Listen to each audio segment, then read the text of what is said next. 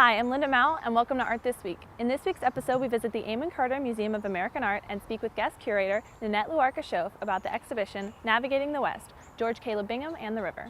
Now for Art This Week.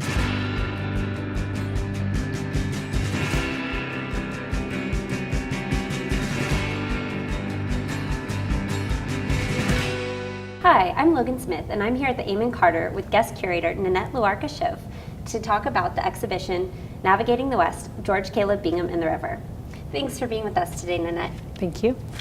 Let's start out by talking about the start of the exhibition. There have been other exhibitions around George Caleb Bingham, but this is the first to really focus on the West and the river. Can you talk about how that idea came about? Sure. Well, Andrew Walker, the current director of the Amon Carter Museum of American Art, was a curator at the St. Louis Art Museum, which has a very strong holding of George Caleb Bingham's work. And he, in conjunction with the curatorial staff there, formulated the idea to get all of these great, iconic river paintings together. And my research, he brought me on board because my research really considers the river and its place in the 19th century America. And Bingham is a really important part of that in terms of the fine arts tradition. And so Navigating the West, George Caleb Bingham and the River is about the ways in which Bingham was navigating not necessarily the Western terrain itself, but expectations about the West, and in particular expectations of the West from the East. And it allows us to show how he both is in dialogue with those stereotypes and expectations, but also the ways that he contributed his own unique voice as a Westerner and wanting to show the West in a positive light. Now, and how did these paintings tell us about the 1800s and the West at that time from a historical standpoint? Well, it reminds us that what we consider the Midwest today, the Mississippi River Valley, was actually the West for much of the first half of the 19th century. And Bingham is painting his river paintings from the mid-1840s through the late 1850s primarily. And during this time, the Mississippi, Ohio, Missouri, and other western rivers were key in terms of bringing the agricultural bounty of the center of what would become the center of the country to market at New Orleans. Now, the river was a popular theme for artists of this time period. What set Bingham apart from these others? Well, he was really one of the few who portrayed it for a fine arts audience. So that sets him apart in some ways. And but he was also really aware of the fact that the river had a big life in popular culture, in literature and in visual culture. And so visual culture consisted of prints, maps, illustrated magazines, moving panoramas, and those examples tended to focus on the sensational part of the river, on the tourist view of the river. Bingham, as a Westerner who emigrated to Missouri as a youngster with his family from Virginia, he really played up the fact that he was seeing these scenes as a local. He knew the rhythms of the river and the ways that it could affect people's livelihoods, and the ways that it affected people's transport on the river.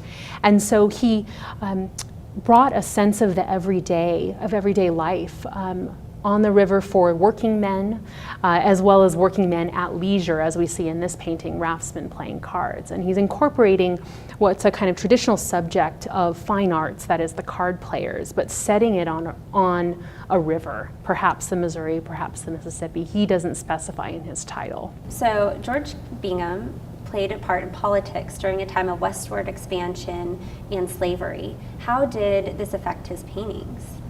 Well, Bingham, as a young man, became involved in the Whig political party in Missouri, and the Whigs were really invested in figuring out how the West had potential to contribute to the nation as a whole in terms of its economics, and they really wanted to bring the West into the fold. And so rivers were key, as I mentioned, with their ability to transport goods, but also people. It literally formed a connective tissue with these great cultural and manufacturing centers of the East. So Bingham grew up on the Missouri River, but spent a lot of time in St. Louis, which is at the confluence of the Missouri and the Mississippi. And Missouri was a slave state at this time. The river, of course, it starts in what is now Minnesota and extends all the way down to New Orleans, thus bridging the North and South free and slave territories. And slaves were being transported on the river on steamboats to market. They were also working the river on steamboats and sometimes on flatboats.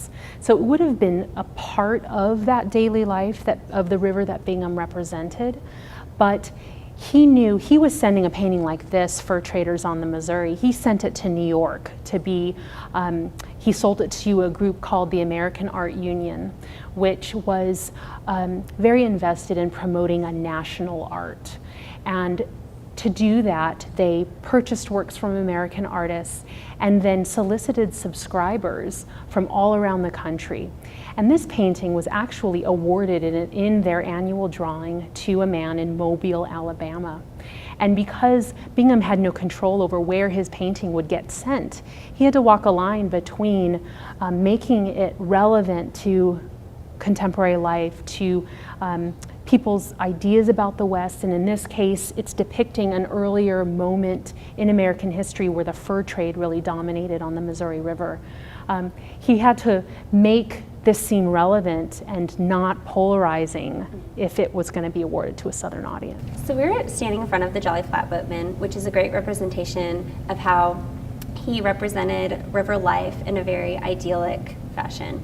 Can you please speak about the differences in his paintings of river life and what life on the river was really like? It's a great question, and this is such a painting that connotes freedom and conviviality and camaraderie, and those ideals were certainly at play on the river. This painting is from 30 to 40 years before Mark Twain was writing his tales of life on the Mississippi. And so already in play in Bingham's lifetime was this idea that young men could work as a crew member on a flatboat. They would either transport goods from their own farms or from others downriver to market at New Orleans. They often built these boats themselves, and then when they got to New Orleans, they took the boats apart, sold the wood for profit, and went back home. These crews were very diverse, made up of young men, older men who might have had experience going down the river, and you see that mix of ages in this group. But it was also it was a rite of passage for many, including Abraham Lincoln in the 1830s. You can see a diversity of agriculture. You've got pelts, barrels, perhaps carrying tobacco or whiskey, this raccoon pelt, some bed rolls. So little elements of daily life, what it would have been like to sleep on a steamboat sleep on a flatboat or camp alongside the riverbed. And music was something that was often mentioned by commentators. As early as the 1820s,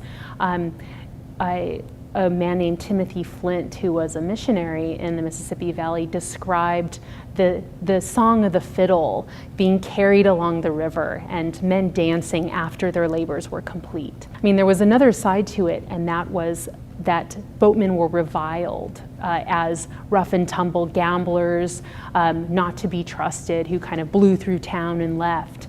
And Bingham was definitely trying to clean up that image, and he does so artistically by creating very stable composition, very harmonious and golden lit landscape. And he's also doing that in terms of the facial features, the clothes of the men. They're a little bit shabby, but they're not dirty. Like they may have been at the time. Right. They're probably a little bit dirtier if you were working very hard on a flatboat, you're probably not showering. Yes, exactly. You mentioned George Caleb Bingham being a part of the American Art Union. Now, what role did his membership in the American Art Union play on the popularity of his work and his celebrity as an artist? It was absolutely crucial. It was his success selling paintings of the river to the American Art Union that spurred him to continue exploring that theme. And this particular painting, the Jolly Flatboatman from 1846, was probably the most important painting in terms of disseminating his vision of the river very widely. It was purchased by the Art Union in 1846, but was chosen as the painting to be engraved into a print. And basically the American Art Union solicited their subscribers for $5 for their annual membership fee, and they might win a painting such as this one in the end of the year drawing. But regardless of whether they won a painting, every member got a subscription print. And so this painting, or this print, the print after this painting, was distributed to over 9,000 members in 1847. And so even though this painting eventually went into a private collection, the print found much wider distribution. And so it was something that, it was an idea that Bingham seized on. And so even after the American Art Union was disbanded in 1852, he sought out other printmakers to make works after his paintings and to distribute his works as prints. We want to thank Nenette for speaking with us. You can find more information on the exhibition at cartermuseum.org. That's it for Art This Week. Thanks for watching.